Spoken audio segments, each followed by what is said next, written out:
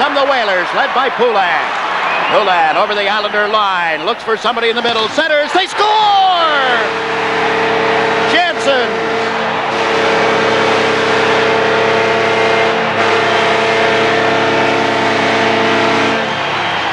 What a win for the Hartford Whalers. What a heartbreaker for the Islanders, who had come back to tie it up late in the hockey game. A beautiful passing play. Mike Narduzzi.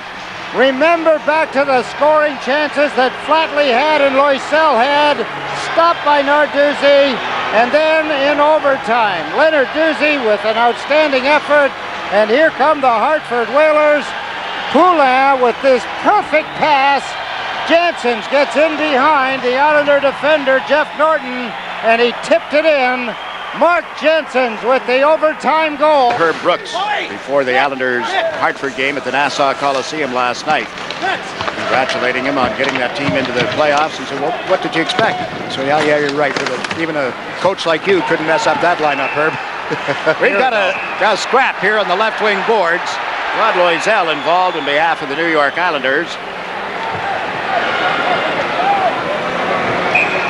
This with 4 minutes and 9 seconds remaining in the second period in a 3-3 game. It's a much better hockey game. We can only hope that it does not deteriorate with this particular kind of thing going on. That Rod Loiselle has been effective with his ice time.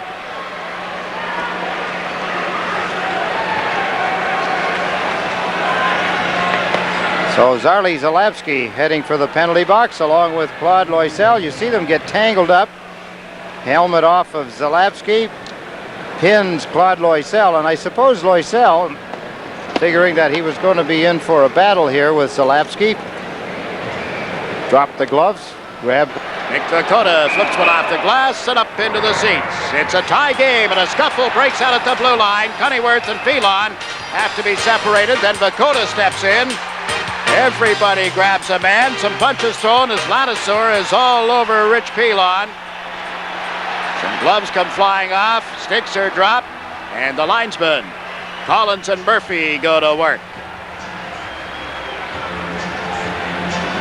Well, they'll pull some people apart and assign some penalties as things settle down here now. Cunneyworth being wrestled to the penalty box, well away from what you're watching here as Kevin Collins has his hands full with Pilon, and now everybody is separated, and at Hartford the game is tied 3-3. Hands in the legs, feet.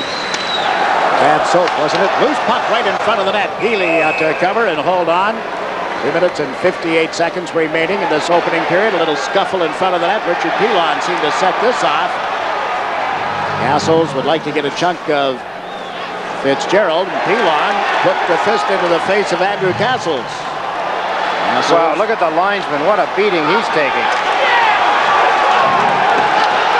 A long time before anybody dropped sticks and gloves, but this one has turned into a bout. Well, of course, Rich Pilon, kidney punches now, but Cassels got to be careful throwing a punch into that face mask that he's wearing.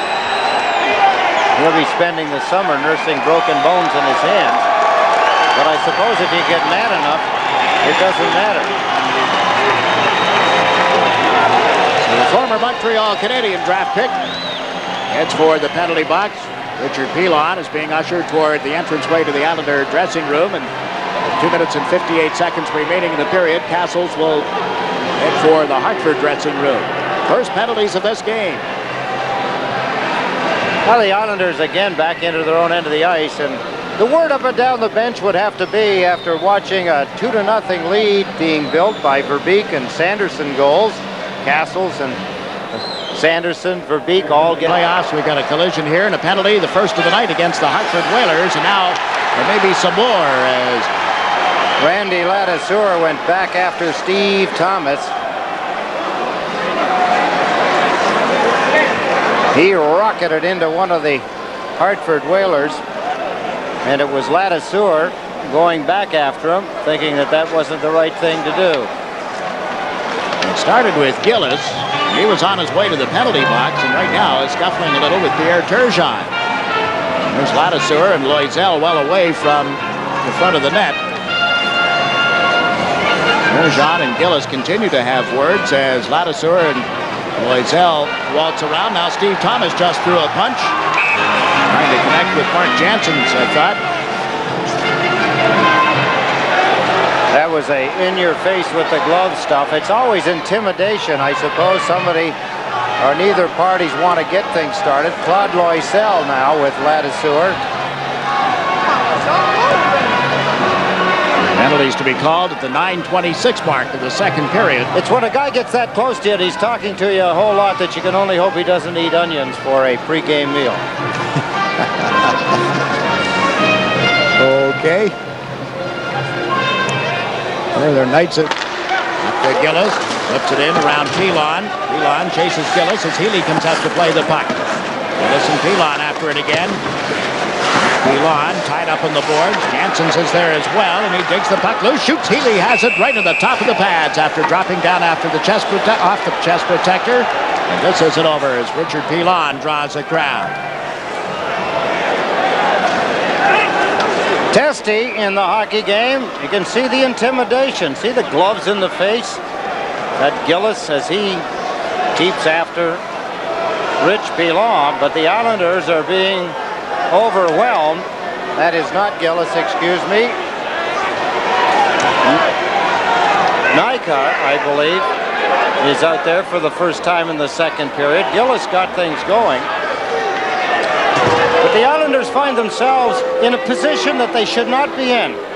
They shouldn't be taking all of this kind of abuse. They should be playing at a level of hockey higher than this, and that would eliminate it. But they haven't been able to bring it up there so far, and that plays into the hands of the visitors.